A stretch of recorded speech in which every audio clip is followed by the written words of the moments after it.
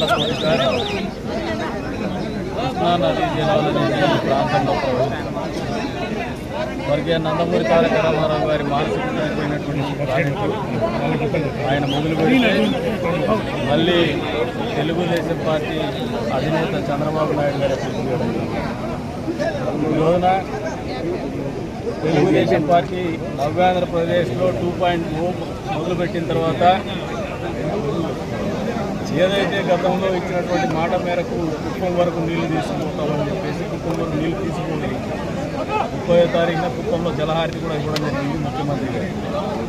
గతంలో అధికారంలో ఉన్నటువంటి జగన్మోహన్ రెడ్డి ప్రభుత్వం అయితేనేమి, అంతకుముందు మా ప్రభుత్వం అధికారంలో ఉన్నప్పుడు ప్రతిపక్ష పాత్ర పోషించినటువంటి జగన్మోహన్ రెడ్డి వంద వైఖరి ప్రదర్శిస్తున్నారు.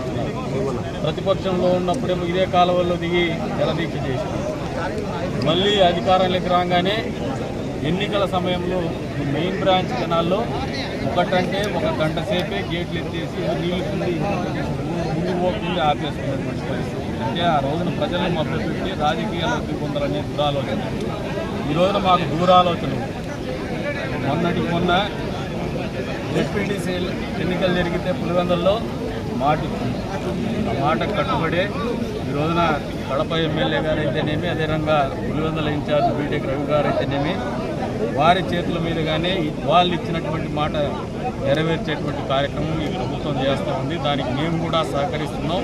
మొన్న చెర్లోపల్లి రిజర్వాయర్ ద్వారా కుప్పానికి నీళ్ళు ఇచ్చే సమయాన్ని మేము తెలియజెప్పడం కూడా జరిగింది. కుప్పానికి కూడా నీళ్ళు ఇస్తాం, పులివెందులకు కూడా నీళ్ళు ఇస్తామని ఈ ప్రాంత వాసులు కూడా రెచ్చగొట్టేటువంటి కార్యక్రమం చేసినారు. జగన్మోహన్ రెడ్డి కావచ్చు, ఇక్కడ ఉన్నటువంటి వైఎస్ఆర్సీపీ పార్టీ నాయకులు కావచ్చు.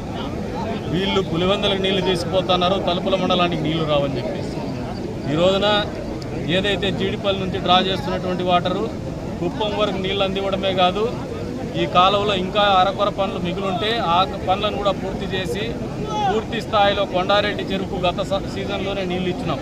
అప్పుడున్నటువంటి ఇబ్బందులు ఉన్నా కూడా ప్రభుత్వం ఏర్పడిన వెంటనే రైతాంగం ఇబ్బంది పడుతోంది. తాగునీటి అవసరాలు కూడా తీరలేనటువంటి పరిస్థితి, భూగర్భ జలాలు ఇంకిపోయినటువంటి పరిస్థితిని దృష్టిలో పెట్టుకొని బలవంతంగా మంత్రి గారిని ఒప్పించి ముఖ్యమంత్రి గారి దృష్టికి తీసుకువేసి తలుపులకు కొండారెడ్డి చెరువు కూడా నీళ్ళు ఇవ్వడం జరిగింది. కొండారెడ్డి చెరువుకి నదీ జలాలు ఇవ్వడం అనేది ఒక చరిత్ర. ఈ రోజున మళ్ళీ చెప్తున్నాం, మొన్న ఎన్నికల సమయంలో ఇచ్చినటువంటి వాగ్దానం మేరకు పులివెందులకు నీళ్ళు ఇచ్చేటువంటి కార్యక్రమం చేస్తున్నాం.